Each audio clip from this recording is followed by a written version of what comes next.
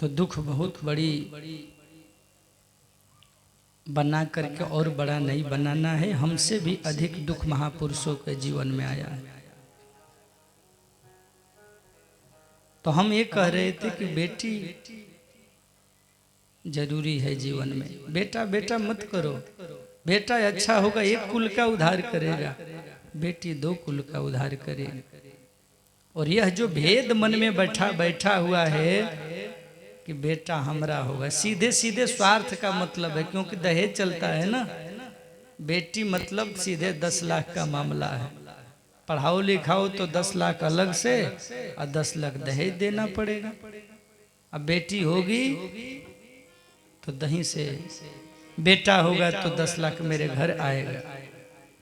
लेकिन 10 लाख घर आएगा तो 15 लाख खर्चा भी करना पड़ेगा। ये भी नहीं देखते हो? पढ़ाने लिखाने में और शादी में भी बेटा को कितनों तिलक मिल जाए, लेकिन बेटा वालों को भी 15 लाख करना पड़ता ही है। तो कहाँ, मामला तो वही है।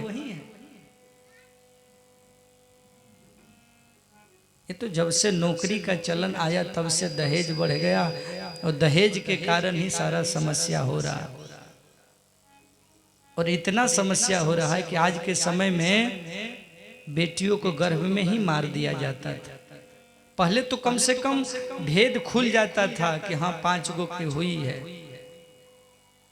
लेकिन विज्ञान बढ़ गया, तकनीक बढ़ गया, जांच होता है, 4 महीना का बच्ची मार दो। हत्या है वह, हत्या। एक डॉक्टर के पास पति पत्नी गए, अपने एक 5 बरस की बेटी को ले जाकर के बोले, डॉक्टर साहब चेक करिए। चेक किए तो पत्नी को 4 महीना का बच्चा था। बोले बेटी है। पति ने बोला मार दो। पत्नी बोली नहीं, रहने दीजिए, चाहे जो भी हो। नहीं मारना है। डॉक्टर ने कहा ठीक है मार दूंगा। एक काम करिए, ये जो बेटी आप लेके आए हैं ना, इसी को मार देते हैं, पेट वाली जो आ रही है उसको आने दीजिए। बोला ये कैसे होगा, इससे हम बहुत प्रेम करते हैं। डॉक्टर ने कहा ये आपका प्रेमी हो गई, क्योंकि जन्म ले ली है, आप गोद में खिलाए हैं, वो भी तो आप ही का बच्चा है। वो आप नहीं देखे हैं तो आप कह रहे हैं कि ऐसा है वैसा है। पहले क्यों नहीं संयम रखते हो? संयम से जियो। खर्च का जमाना है, कम संतान पैदा करो, पर संयम नहीं अपनाना है। क्या करना है? वंश बढ़ाना है। अब वंश तो बेटे से न बढ़ेगा जी।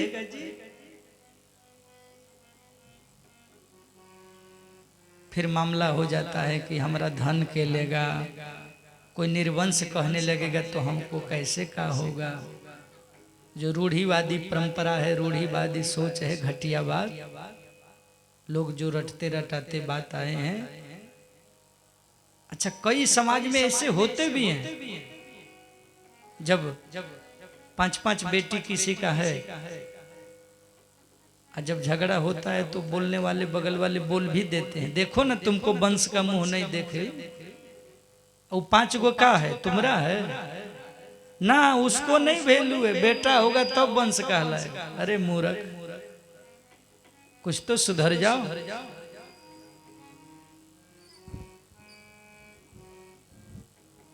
कभी भी भूल कर भी गर्भ में बच्चों को मत मारिए। भागवत का अमृत पी रहे हैं, ये पाप बहुत जघन्य पाप है। बेटी को बचाना सीखिए। ऐसे भी भारत का सूचकांक देखिएगा ना तो जनसंख्या घट रहा। राजस्थान में बेटी मिल नहीं रही है शादी करने को।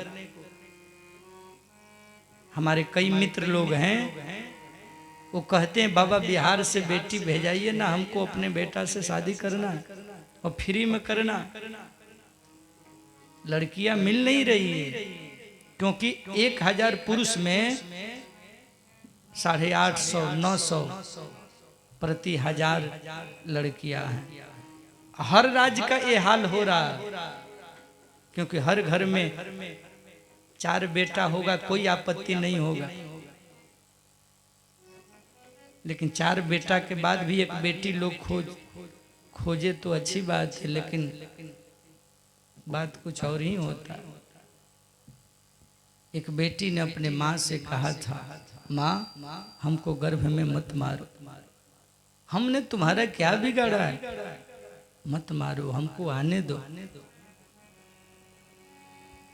बार बार याद और फरियाद करती है। तो ऐसी बेटी है माँ रुक्मिणी, जिनका शिशुपाल गलत जगह अपना विवाह करने का योजना बना रहा है। रुक्मिणी ने उस बात को अनुमोदन कर दिया है कि मेरी बहना का शादी शिशुपाल से होगा। लेकिन रुक्मिणी तो बचपन से कन्हैया का गुण सुन करके कन्हैया से प्रेम करती थी, क्योंकि वो लक्ष्मी है, लक्ष्मी तो भगवान को ही प्राप्त होंगी।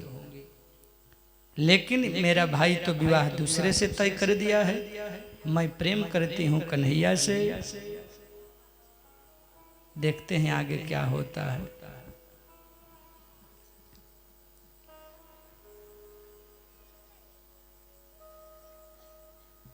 बड़े भाव के साथ रुक्मिणी जी ने उपाय सोचा। उनकी एक भाभी है, भाभी ने कहा कि ननद जी क्यों आप मन छोटा कर रही हो, देखो एक उपाय बताता हूँ। आप अगर चाहती हो कि मेरे कन्हैया आपको प्राप्त हो जाए, तो आप जरूर इसका उपाय कर सकती हो। पिलास लेकर के बढ़िया से टाइट क्यों नहीं कर पा रहे हो?